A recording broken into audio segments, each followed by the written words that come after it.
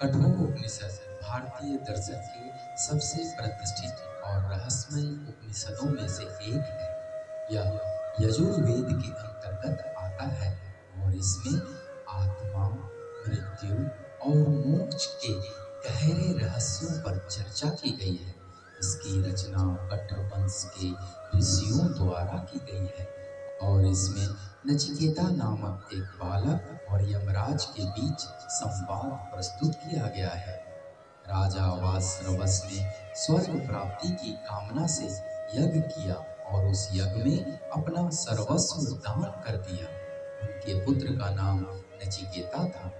जब दक्षिणाएं दी जा रही थी तब नचिकेता, जो अभी बालक ही था, श्रद्धा के आवेश में यह सोचा कि जो गायें अत्यंत वृद्ध हो चुकी हैं, जो गायें इंद्रियहीन हो रही हैं, जो गायें जल पी चुकी हैं, घास खा चुकी हैं, जिनका दूध दुहा जा चुका है, ऐसी गायों का दान देने वाला आनंद विहीन लोकों में जाता है।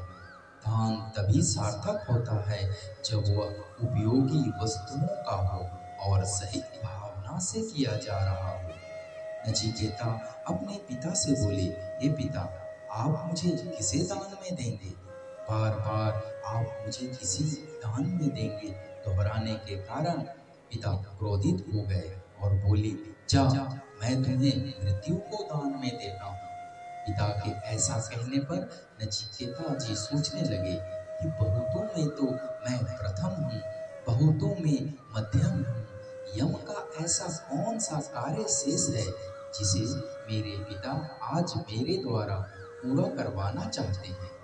जिस प्रकार आपसे पहले जन्म लेकर मृत्यु को प्राप्त हो चुके मनुष्य व्यवहार करते थे, उसका विचार करें, तथा जैसे वर्तमान काल में अन्य लोग व्यवहार करते हैं, उसे भी देखिए। मनुष्य खेती की तरह पकता है, यानी वृद्ध होकर मर जाता है और खेती की भांति फिर उत्पन्न हो जाता है। अतिथि के रूप में मनुष्यों के घरों में प्रवेश करने वाला ब्राह्मण साक्षात वैश्वानर अग्नि का स्वरूप होता है। इस भाव से ही लोग ब्राह्मण को शांत एवं प्रसन्न किया करते हैं। ऐसा सोचकर यम की पत्नी ने यम से बोला, हे विवस्वान पुत्र, आप अतिथि के लिए जल ले आए। जिसके घर में ब्राह्मण बिना खाए रहता है, उस अल्प बुद्धि मनुष्य की सारी आशाएं, प्रतीक्षाएं, जो कुछ उसने पाया है, जो सत्य और शुभ उसने बोला है, जो भी पुण्य कर्म उसने किए हैं, जो यज्ञ किए हैं, और उसके सब पुत्र एवं पशु उस अनादृत ब्राह्मण के द्वारा विनष्ट कर दिया जाता है। ऐसा विचार कर यम ने नचिकेता से बोला, हे ब्राह्मण, तुम नमन योग सम आदरणीय अतिथि हो, मैं तुम्हें प्रणाम करता हूँ। ब्राह्मण वर्य, मेरा कल्याण हो। आपने मेरे घर में मेरी प्रतीक्षा में बिना अन्न जल ग्रहण किए, बिना कुछ खाए 3 रात वास किया, इसलिए आप मुझसे 3 वर मांगे। ऐसा सुनकर नचिकेता जी यमराज से बोले, हे यमराज, मेरे पिता गौतम शांत चित्त तथा प्रसन्न मना हो जाएं और उनका मेरे प्रति जो भी क्षोभ है वह न रहे। आपके द्वारा छोड़े जाने पर वे आश्वस्त हृदय से मेरा अभिवादन करें। 3 वरों में से मैं यह प्रथम वर मांगता हूँ। ऐसा सुनते ही यमराज नचिकेता से बोला, आपके पिता औधालिक, अरुणी, उर्वर, आश्वस्त हृदय होंगे और मेरे द्वारा विमुक्त होंगे। आपको मृत्यु के मुख से मुक्त हुआ देखकर उनका क्षोभ शांत हो जाएगा और वे रातों को सुखपूर्वक सोएंगे। नचिकेता जी दोबारा कहते हैं, स्वर्ग लोक में किंचित मात्र भय नहीं है। हे मृत्युदेव, आप भी वहाँ नहीं हैं और न जरा अवस्था है, न उसका भय है। भूख और प्यास दोनों को नदियों के समान पार कर शोक का अतिक्रमण करके आत्मा स्वर्ग लोक में आनंदित रहती है। हे मृत्युदेव, आप जिस स्वार्गिक अग्नि का अध्ययन करते हैं, उसका मुझ श्रद्धावान के प्रति प्रवचन करिए। जो स्वर्ग लोक को प्राप्त करते हैं वे अमृत तत्व के भागी होते हैं। यह मैं द्वितीय वर में वर्ण करता हूँ। मृत्यु के देवता यम कहते हैं, हे नचिकेता, उस स्वर्गिक अग्नि के प्रति कथन कहता हूँ, क्योंकि मैं उसे जानता हूँ। तुम उसे सुनो और समझो। इसे तुम अनंत लोकों की प्राप्ति एवं प्रतिष्ठा तथा हमारी सत्ता की उमा में निहित तत्व के रूप में जानो।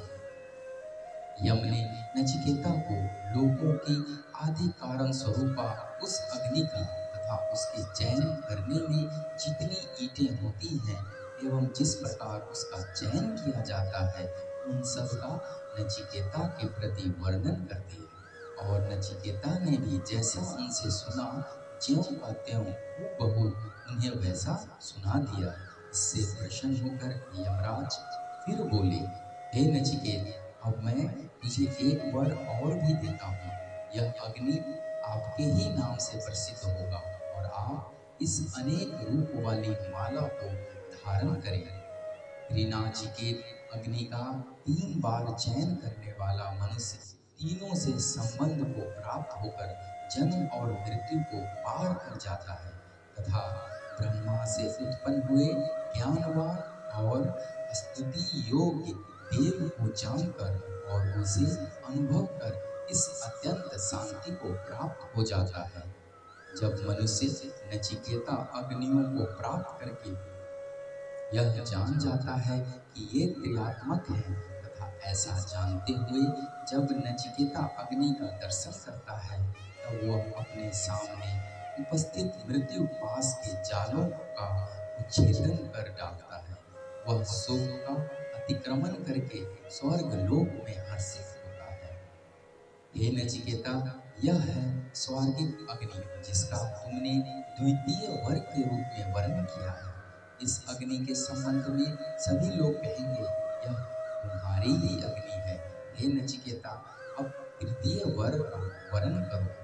नचिकेता जी कहते हैं, प्रयाण किए हुए मनुष्य के विषय में यह जो संशयात्मक विवाद है, कोई कहता है वह यह नहीं है और कोई कहता है कि वह है। इसे आपसे शिक्षा लेकर मैं जान लूं। वरों में यह मेरा तृतीय वर है। मृत्यु के देवता यम कहते हैं, पूर्व काल में देवगणों में भी इस विषय में संशयात्मक विवाद हुआ था। यह सरलता से जानने योग्य नहीं है, क्योंकि इसका धर्म बहुत ही सूक्ष्म है। हे नचिकेता, तुम अन्य कोई वर चुन लो। इस वर के लिए मुझसे आग्रह मत करो, अनुरोध मत करो, इसे छोड़ दो। नचिकेता ऐसा सुनकर यम से कहते हैं, निश्चय ही देवगणों में भी इस विषय में संशयात्मक विवाद हुआ था और आपने ही कहा कि यह तथ्य सरलता से जानने योग्य नहीं है। आपके सदृश वक्ता मुझे अन्य कोई नहीं मिलेगा और न इस वर के तुल्य अन्य कोई वर है। ऐसा सुनकर यम के देवता कहते हैं, हे नचिकेता, इस वर के बदले शतायु पुत्रों और पोत्रों का वर्ण कर लो। बहुत से पशुओं, हाथियों, स्वर्ण राशियों तथा घोड़ों का वर्ण कर लो, या अति विस्तृत भूमि खंड का वर्ण कर लो और स्वयं जितने वर्ष इच्छा हो जीवित रहो। यदि तुम इसे अपने वर के तुल्य मान लो तो धन और चिर जीवन का वर्ण कर लो। हे नचिकेता, तुम विशाल भूमि का आधिपत्य ले लो। मैं तुम्हारी सभी इष्ट वस्तुओं की कामनाओं की पूर्ति करता हूँ। जिन जिन कामनाओं की पूर्ति मर्त्य लोक में दुर्लभ है, उन सभी कामनाओं को तुम सहर्ष मांग लो। देखो, अपने रथों एवं वाद्य यंत्रों सहित ये रमणियां हैं। मनुष्यों के लिए इस प्रकार की रमणियां अलभ्य हैं। मैं इन्हें तुम्हें दूंगा। हे नचिकेता, इन्हें अपनी परिचारिकाओं के रूप में स्वीकार करके इनके साथ सुख से रहो, किंतु मृत्यु के विषय में प्रश्न मत करो। नचिकेता जी कहते हैं, हे अंतक, मरते मनुष्य के ये सब भोग पदार्थ कल तक ही रहने वाले हैं। ये सब इंद्रियों की आतुरता तथा उनके तेज को जीर्ण शीर्ण कर देते हैं। संपूर्ण जीवन भी स्वल्प मात्र ही है, आपके लिए ही है। ये रथादि वाहन आपके लिए ही है, ये रमणियों के नृत्य तथा गीत आपके लिए ही है। मनुष्य को धन से तृप्त नहीं किया जा सकता, और अगर हमने आपके दर्शन कर लिए तो धन हमें मिल ही जाएंगे, तथा जब तक आपका हम पर प्रभुत्व रहेगा तब तक हम जीते भी रहेंगे। मेरे वरण करने योग्य वर तो वही है। कौन ऐसा मर्द मनुष्य होगा जो जरावस्था को प्राप्त होते हुए इस दुखमय भूतल पर वास करते हुए जब अजर अमृत पुरुषों के सानिध्य में आ जाता है और ज्ञानवान हो जाता है, तो रूप रंग के सौंदर्य रति तथा आमोद प्रमोदों को बहुत समीपता से निरीक्षण करते हुए अति दीर्घ जीवन में रहेगा। हे मृत्युदेव, यह जिसके विषय में सब संशयात्मक विवाद करते हैं तथा वह जो महती प्रयाण गति यानी परलोक यात्रा में है, उसे मुझे बताइए। यह वर जो उस गूढ़ रहस्य में प्रवेश करता है जिसे हम नहीं जानते हैं, उसके अतिरिक्त नचिकेता अन्य किसी वर का वरण नहीं करता। नचिकेता के अनुरोध भरे आत्मा अनुराग को देखकर यमराज बोले, श्रेय यानी सद्गुण और प्रेय यानी सुख या आनंद, दोनों ही मार्ग हमेशा मनुष्य के सामने आती हैं। विवेकशील व्यक्ति श्रेय को चुनता है क्योंकि वह दीर्घकालिक लाभ को प्राथमिकता देता है, जबकि अविवेकी व्यक्ति तात्कालिक सुख यानी प्रेय के लिए श्रेय को त्याग देता है। श्रेय और प्रेय दोनों मनुष्य के सामने आते हैं। इन दोनों में से कोई एक चुनने के लिए मनुष्य को प्रेरित करता है। जो श्रेय को चुनता है वह सही मार्ग पर चलता है और उसे साधु कहा जाता है, लेकिन जो प्रेय को चुनता है वह आध्यात्मिक उत्थान से वंचित रह जाता है। हे नचिकेत, प्रिय लगने वाले और अत्यंत सुंदर रूप वाले इस लोक और परलोक के समस्त भोगों को भली भांति सोच समझकर तुमने छोड़ दिया। तुम इस वित्तमयी बेरियों में नहीं फंसे जिसमें बहुत से मनुष्य फंस जाते हैं। विद्वानों ने विद्या और अविद्या दोनों को एक दूसरे से भिन्न मार्ग में ले जाने वाली जाना है। मैं तुम्हें विद्या का अभिलाषी मानता हूँ क्योंकि तुम्हें बहुत सी कामनाएं नहीं लुभा सकी।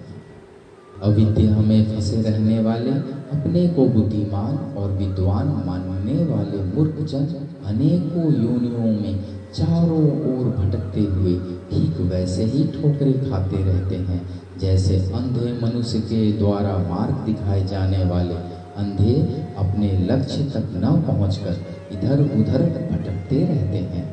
धन, ऐश्वर्य आदि के मोह से मूढ़ तथा कल्याण आचरण में प्रमाद करने वाले बाल अर्थात मूर्ख मनुष्यों को परमार्थ का साधन तब आचरण अच्छा नहीं लगता। यही लोक है, परलोक कुछ नहीं है, ऐसा मानने वाले मनुष्य बार बार मेरे अर्थात मृत्यु के वश में पड़ते हैं। आत्मा अथवा परमात्मा के विषय में सुनने का अवसर भी बहुतों को नहीं मिलता। बहुत से लोग सुनते हुए भी जिसको जान नहीं पाते। ऐसे आत्मा और परमात्मा के वर्णन करने वाला कोई आश्चर्य रूप ही होता है और कोई कुशल पुरुष ही इसे प्राप्त करता है, और कुशल गुरु द्वारा उपदेश दिया हुआ इसका ज्ञाता भी कोई आश्चर्य रूप ही होता है। अल्प बुद्धि, ज्ञानहीन संसारी मनुष्य तुम्हें आत्म तत्व के विषय में बता नहीं सकता। उसके कथन किए जाने पर भी तुम वस्तुतः आत्म तत्व को जान नहीं सकते, क्योंकि उस परम तत्व का बहुविध रूपों में चिंतन किया जाता है तथा अन्य किसी के द्वारा आत्मा या ब्रह्म तत्व के विषय में कथन के बिना तुम उस तक पहुँचने का मार्ग भी नहीं पा सकोगे, क्योंकि यह आत्मा या ब्रह्म सूक्ष्म से भी सूक्ष्म है और तर्क करने के योग्य नहीं है। हे नचिकेता, जो ज्ञान तुमने प्राप्त किया है वह बहुत ही प्रिय और महत्वपूर्ण है। इसे समझने के लिए तुमने बड़ी बुद्धिमता और सटीकता से प्रश्न पूछे हैं। इससे तुमने सत्य को जानने की पद्धति को सही ढंग से समझा है। यमराज पुनः बोले, हे नचिकेता, धन ऐश्वर्य सब अनित्य है, यह मैं जानता हूँ। निश्चय ही अध्रुव नाशवान धन आदि पदार्थों से वह ध्रुव अर्थात अचल पद प्राप्त नहीं किया जा सकता। इसलिए मैंने नाचिकेत नामक यज्ञ का विधान तुम्हें बताया है। अनित्य शरीर आदि पदार्थों से मैं नित्य पर ब्रह्म को प्राप्त कर चुका हूँ। हे नचिकेता, तुमने कामदेव संबंधी सुख को, जगत की स्थिति के कारण को, कर्म के अंत फल को, अभय के दूसरे पार को, स्तुति करने योग्य महिमा इत्यादि बड़ी प्रतिष्ठा को अपने अधिकार में आया देखकर भी विवेक एवं धैर्य में दृढ़ रहकर ज्ञान रूपी नेत्रों से इन सब को दुख रूप जानकर इन सबका परित्याग कर दिया है। वह जो अत्यंत सूक्ष्म और गुप्त है, जो सबसे गहरे स्थान में स्थित है, जो प्राचीन और शाश्वत है, उस आत्मा को आत्मयोग के माध्यम से ज्ञानी व्यक्ति प्राप्त करता है। उसे जानने के बाद विवेकी व्यक्ति हर्ष और शोक दोनों से मुक्त हो जाता है। यह ज्ञान प्राप्त कर और इसे समझकर मृत्यु को पार कर लिया जाता है। यह सत्य को प्राप्त करने का मार्ग है।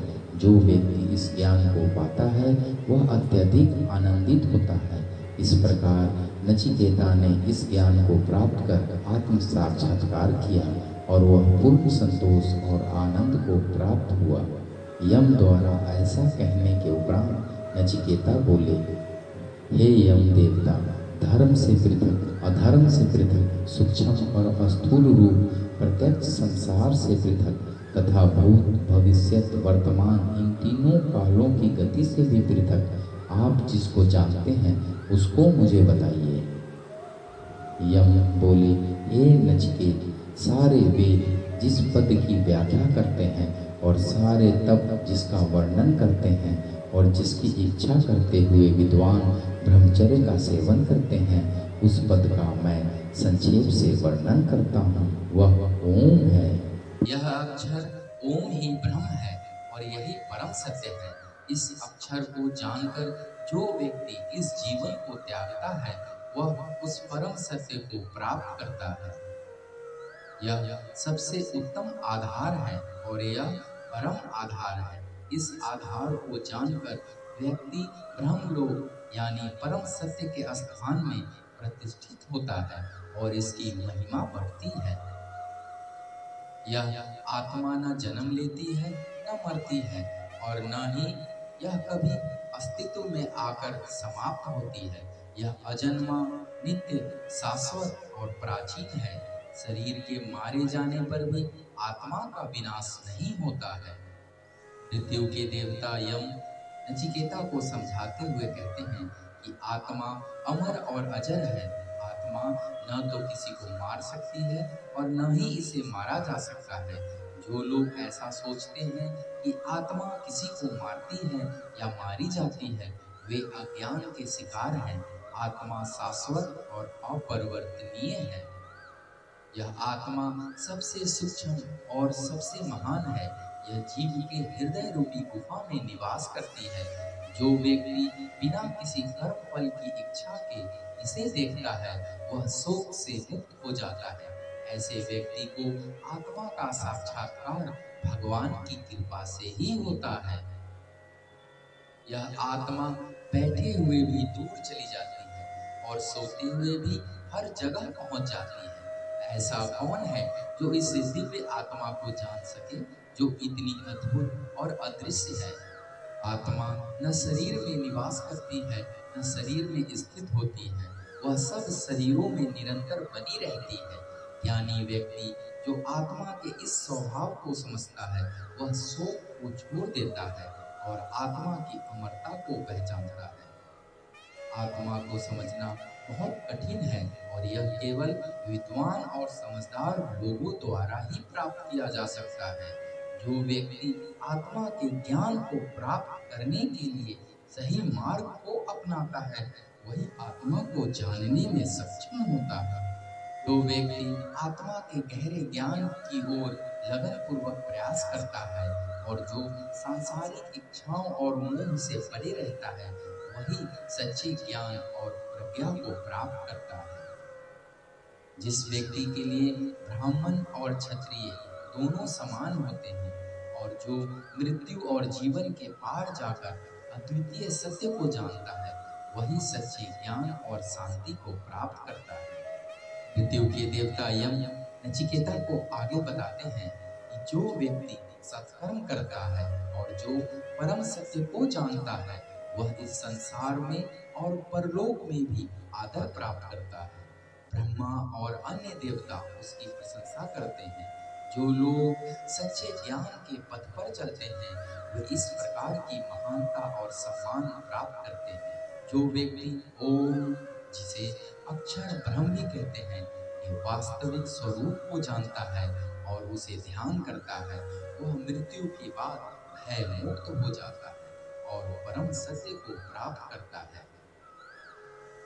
मृत्यु के देवता यम ओम की महिमा का वर्णन करते हुए कहते हैं कि जो व्यक्ति इस दिव्य अक्षर को सही तरह से जानता है और उसकी पूजा करता है, वह मृत्यु के भय से मुक्त हो जाता है और परम ब्रह्म यानी सत्य को प्राप्त करता है। ओम का सही ज्ञान और ध्यान आत्मा को शाश्वत शांति और स्वतंत्रता की ओर ले जाता है।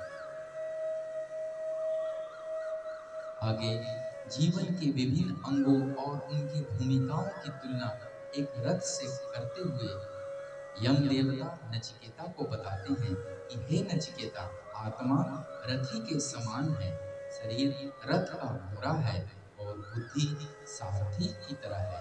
इंद्रियां रथ के घोड़े के समान होती हैं और ज्ञान रथ का गंतव्य होता है। आत्मा, शरीर, बुद्धि और इंद्रियां सभी एक समन्वित रूप से कार्य करती हैं ताकि जीवन की यात्रा सफल हो सके।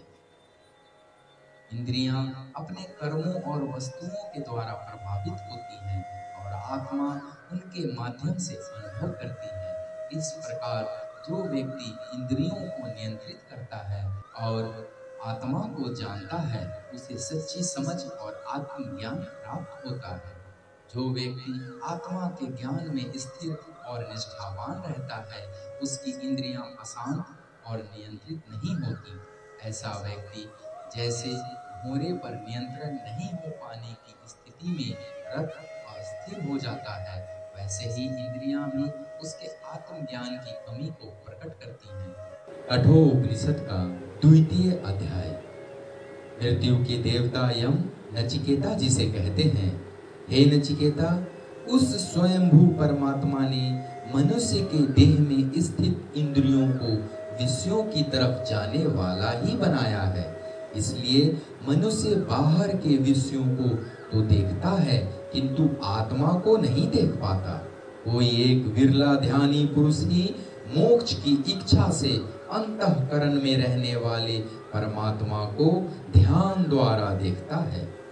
अज्ञानी मनुष्य अपने इंद्रियों द्वारा विषय भोगों में ही लगा रहता है। ऐसे लोग मृत्यु के विशाल जाल में फंस जाते हैं, परंतु ज्ञानी जन मोक्ष पद को निश्चल समझकर अनित्य विषय सुख की याचना कभी नहीं करते, सदैव मोक्ष प्राप्ति की ही इच्छा रखते हैं।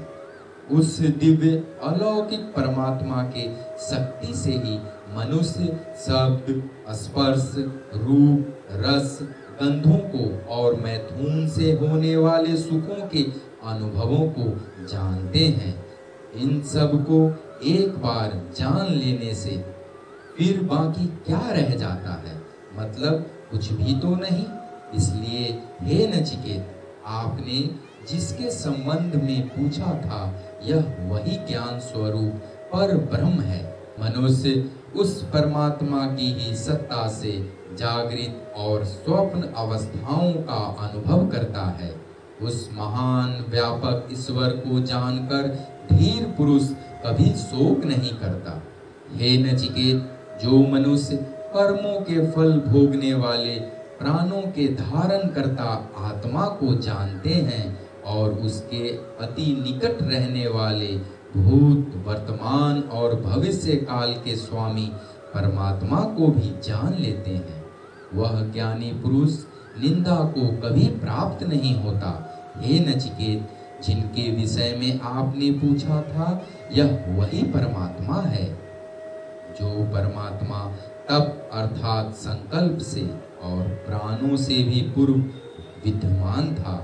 उसे अंतःकरण में प्रविष्ट होकर रहने वाले पंचभूतों के साथ व्याप्त परमेश्वर को जो भी मनुष्य जान लेता है और हमेशा उसी के ध्यान में मग्न रहता है, वही यह ब्रह्म है जिसके विषय में आपने पूछा है। जिसे समस्त प्राणियों के भीतर वास करने वाली आनंदमयी कहा जाता है तथा जो अंतःकरण में रहने वाली शक्ति को जो मनुष्य जान पाता है, वही उस ब्रह्म के विषय को जान सकता है। वह परमात्मा इस संसार में उसी प्रकार से गुप्त रूप से व्याप्त है जैसे वन में अग्नि छिपी रहती है। वह तेजोमय ब्रह्म अप्रमादी और ध्यानी मनुष्यों से सदा स्तुति करने योग्य है। निश्चय ही इस शक्ति की पूजा और स्तुति वे लोग करते हैं जो जागृत और कर्मशील होते हैं। परमात्मा के शक्ति से सूर्य उदय होता है और प्रलय के समय उसी परमात्मा में विलीन हो जाता है। जो भी दृश्य और अदृश्य जगत है, परमात्मा के नियम के विरुद्ध नहीं गति कर सकता। जो परमात्मा यहाँ है, वही सूर्य आदि लोक में भी है। जो मनुष्य उस एक अखंड परमात्मा को अनेक मानता है, वह जन्म मरण के बंधन में ही उलझा रहता है। उसे कभी मोक्ष की प्राप्ति नहीं होती। वह पर ब्रह्म केवल मन अर्थात सूक्ष्म बुद्धि से ही जाना जा सकता है। उस ब्रह्म में अनेकत्व है ही नहीं। उस पर ब्रह्म निरंजन को जो मनुष्य नहीं जानता, वह सदा मृत्यु के मुख में पड़ा रहता है। वह परमात्मा प्रत्येक मनुष्य के हृदय स्थली में अंगुष्ठ मात्र लिंग रूप आत्मा के रूप में विराजमान है। योगी जन उसकी प्राप्ति के लिए इसी स्थान पर ध्यान लगाते हैं। वह परमात्मा भूत, भविष्य और वर्तमान का स्वामी है। जो मनुष्य उसको वहाँ जान लेता है, वह फिर ग्लानि को प्राप्त नहीं होता। हे नचिकेत, यह वही ब्रह्म है जिनके विषय में तुमने पूछा था। हृदय स्थली में वह व्यापक प्रभु धुएं रहित प्रकाश के समान निर्मल है। यही वह परमात्मा है जिनको जानने की जिज्ञासा आपने की थी। जैसे ऊंचे नीचे स्थानों में बरसा हुआ जल पर्वत के निम्न भाग में ही पहुंच जाता है, इसी तरह गुणी के गुणों को भिन्न देखने वाला मनुष्य उन गुणों के पीछे ही चल पड़ता है। हे गौतम वंशी नचिकेत, जैसे शुद्ध जल में मिलकर शुद्ध ही बना रहता है, ऐसे ही ज्ञानी मनुष्य की आत्मा पवित्र परमात्मा से मिलकर पवित्र और निर्मल हो जाती है। शुद्ध अंतःकरण वाले अजन्मा आत्मा का यह शरीर 11 द्वारों वाला है। इस शरीर से तथा योग्य काम लेने वाले आत्मा कभी शोक को प्राप्त नहीं होती और इसी शरीर से विमुक्त होने से मनुष्य मोक्ष लाभ करता है। यह वही आत्मा है जिसके विषय में आप जानना चाहते हैं। जो विशुद्ध परम धाम में रहने वाला हंस अर्थात स्वयं प्रकाश पुरुषोत्तम है, वही अंतरिक्ष में निवास करने वाला वसु है। वही शरीर रूपी घरों में रहने के कारण वह अतिथि है। यज्ञ की वेदी पर स्थापित अग्नि स्वरूपा और उसमें आहुति डालने वाला होता है। समस्त मनुष्यों में रहने वाला, श्रेष्ठ देवताओं में रहने वाला है। वही सत्य में रहने वाला और आकाश में रहने वाला है। जल, पृथ्वी, पर्वतों में अनेक रूपों में प्रकट होने वाला वही परम सत्य है। जब वही परमात्मा योगाभ्यास में संलग्न होता है, तब प्राण वायु को वह ऊपर की ओर रोकता है और अधोद्वार में चलने वाली अपान वायु को पेट में फेंकता है।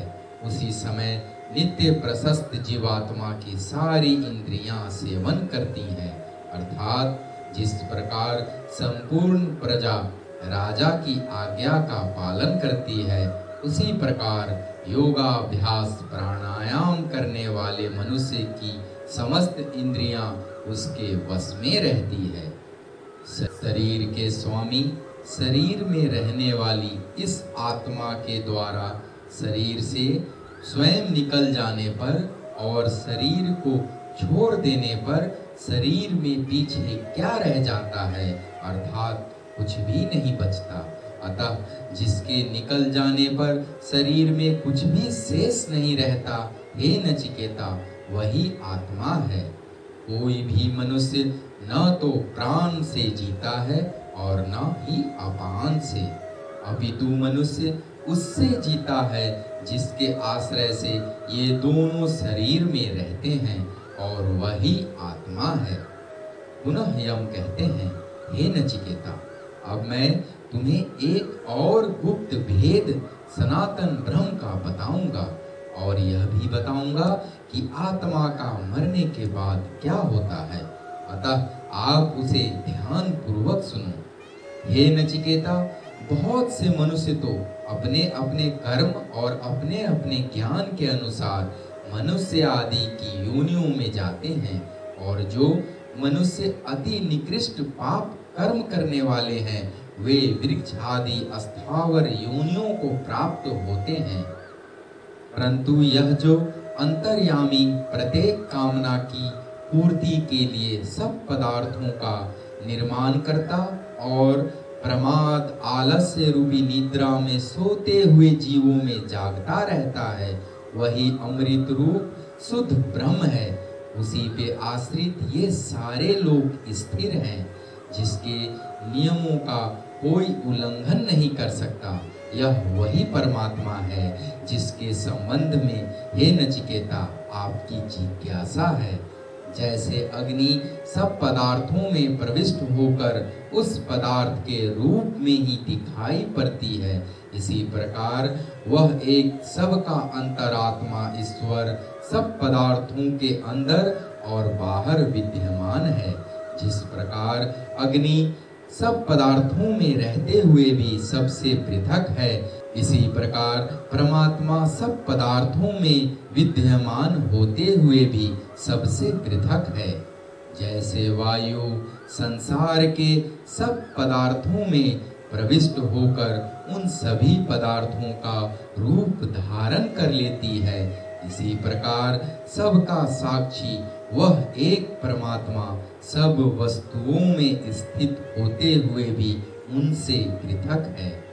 जैसे सारे संसार को प्रकाशित करने वाला सूर्य भी आँखों के दोष से लिप्त नहीं होता, इसी तरह सबका साक्षी वह परमात्मा सृष्टि के कर्म से लिप्त नहीं होता।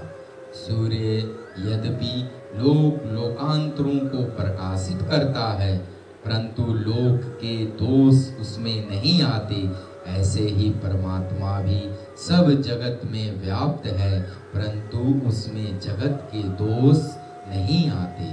जो परमेश्वर एक सबका नियंता और सारे चराचर जगत का साक्षी है, वही एक प्रकृति की बहुत प्रकार से रचता है। जो ज्ञानी जन और भक्त जन उस जगदीश्वर को अपनी आत्मा में व्याप्त देखते हैं, उन्हीं को वह अविनाशी सुख मिलता है।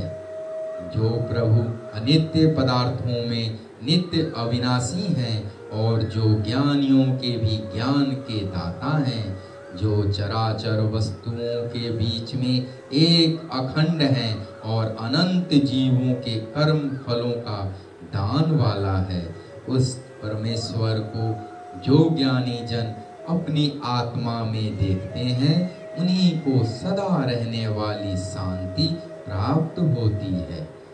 यह सुनकर नचिकेता बोले, हे यमदेव, ब्रह्म वैसा लोक जिसे प्रत्यक्ष से उंगली द्वारा नहीं दिखा सकते कि वह ब्रह्म ऐसा है, और फिर भी उस अनिर्वचनीय परम सुख मानते हैं, तो मैं ऐसे ब्रह्म को कैसे जानूं?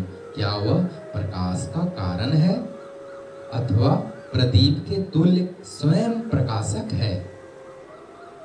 नचिकेता के इस भांति जिज्ञासा सुनने के उपरांत मृत्यु के देवता यम ने नचिकेता से कहा, हे नचिकेत, उस परमेश्वर को सूर्य, चंद्रमा, तारे और विद्युत प्रकाशित नहीं कर सकते, तब भला यह अग्नि उन्हें क्या प्रकाशित करेगा?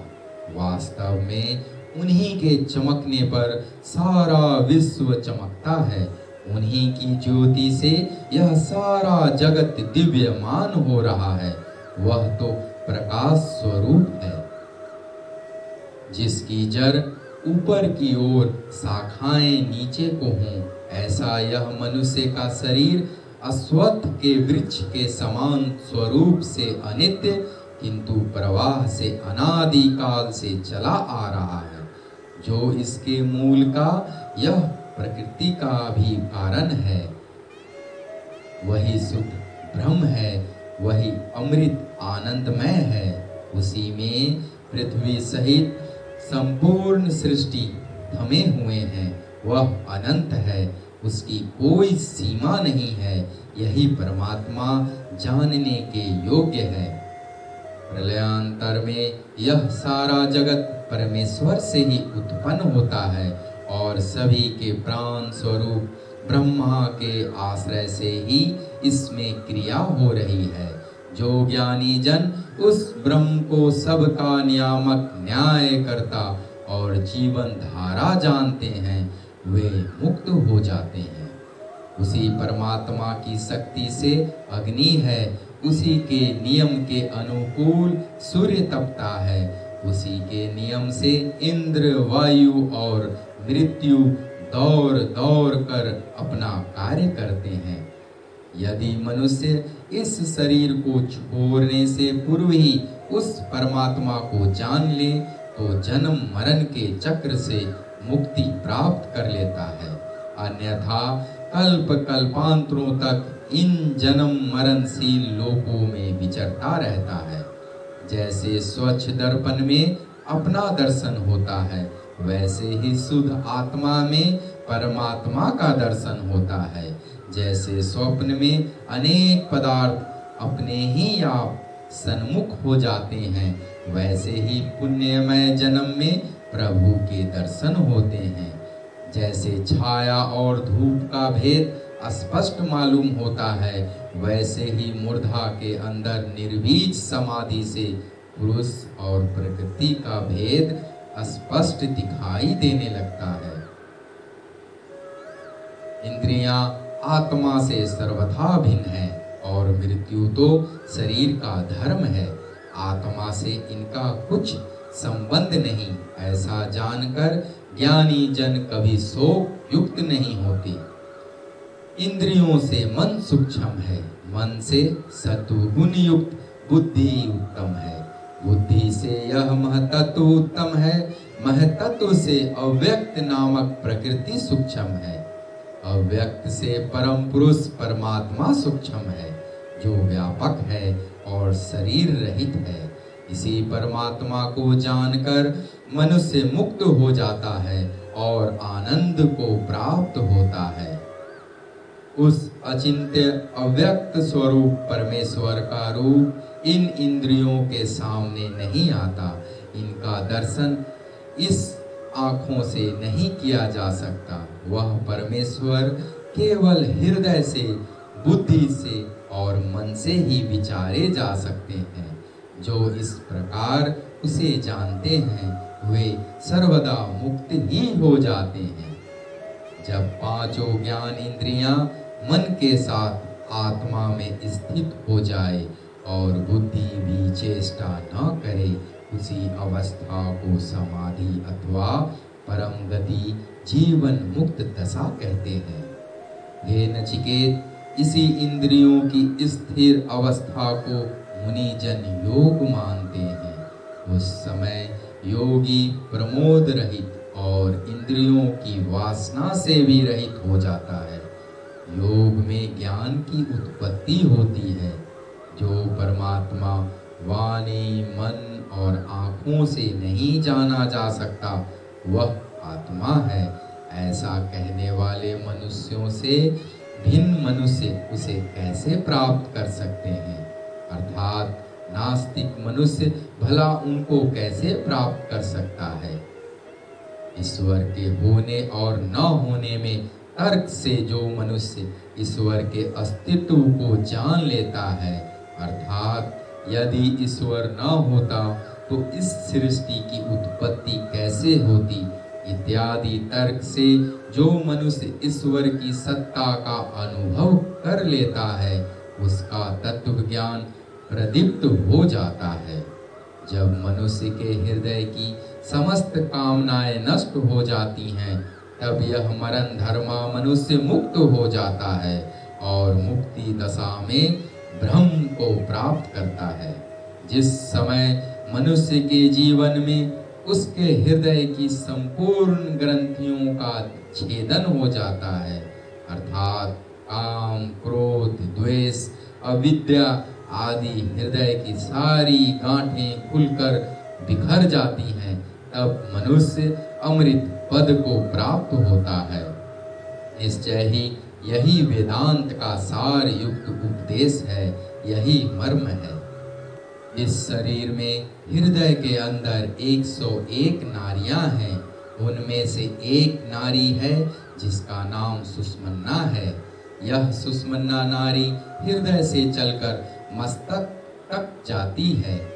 उस नारी के साथ ब्रह्मांड द्वारा जब जीवात्मा शरीर से निकलता है, तब वह मुक्ति को प्राप्त होता है। उस नारी के सिवाय अन्य नारियों से जाने वाला जीवात्मा जन्म मरण के प्रवाह को प्राप्त होता है। इसलिए हृदय स्थली में अंगुष्ठ मात्र रूप से रहने वाले जीवात्मा को प्रयाण काल में योगी धैर्य के साथ अपने शरीर से ऐसे निकाले जैसे सरकंडों की गठरी में से एक सीख खींची जाती है, और इस आत्मा को शुद्ध, पवित्र और अमृत स्वरूप समझें। मृत्यु द्वारा कही हुई इस संपूर्ण आत्मविद्या और योग की विधि को प्राप्त करके नचिकेता ने ब्रह्म भाव को प्राप्त कर लिया। वह धर्म अधर्म से परे पाप रहित और मृत्युहीन हो गए। जो भी मनुष्य अध्यात्म तत्व को इस प्रकार जानेगा, वह भी नचिकेता के समान ब्रह्म तत्व को जानकर माया के बंधन से मुक्त हो जाएगा। ओम इति यजुर्वेदिया कठोपनिषद संपूर्णम। ओम शांति शांति शांति। हे परमात्मा, इस कठोपनिषद को कहने वाले और सुनने वाले दोनों की अधिभौतिक, अधिदेविक तथा आध्यात्मिक तापों की शांति हो।